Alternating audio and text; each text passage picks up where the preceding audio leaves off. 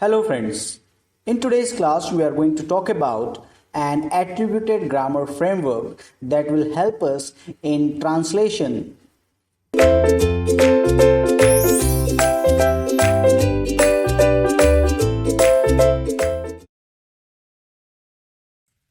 Welcome again, and now we will understand the main thing that main topic of this syntax analysis is the attributed grammar framework. Okay, so now we want to translate something, and that framework we need to understand.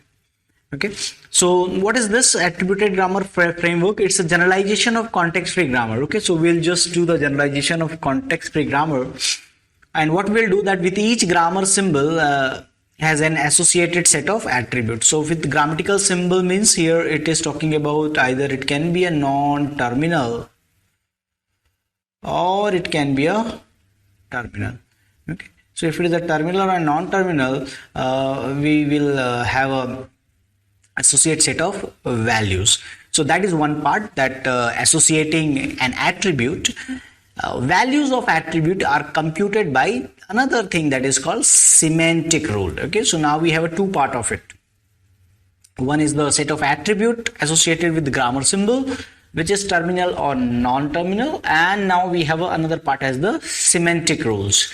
Okay, and what semantic rule will does that it will perform what is computation. So what to compute is your attribute, and how to compute is your this semantic rules. The two notations for associating semantic rules with productions. Okay, so we'll see this thing. Still confused with attribute? Then I have written a very simple definition of attribute, that an attribute is any quantity associated with programming construct. Okay, any quantity that associated with programming construct. And one of the programming construct is the, let's say, parenthesization. So now there can be one construct can be here that count. Okay, count the number of parentheses.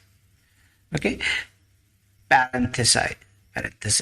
Okay, so that can be one construct, that any quantity that is that associated with programming construct. Another quantity can be, if you are using f, and then it can be attribute. One attribute of this function can be INTA and b. And so what attribute it can be? That return type can be one attribute. That what value, what is the characteristic of this function? Return type. Number of argument. Okay, number of argument can be one attribute. Okay, so these are the some quantity and associated with your programming construct. Okay,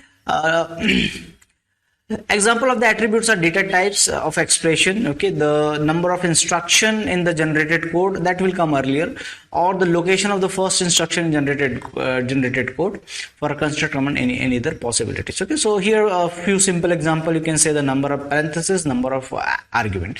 So any quantity associated with your any attribute is a quantity, anything that is associated with the programming construct. Okay, so that is basically we called it as a attribute. So now in attributed grammar framework we have a attribute, and we have the another part. One part is your what is attribute, and second part is what? Second part is your semantic rule.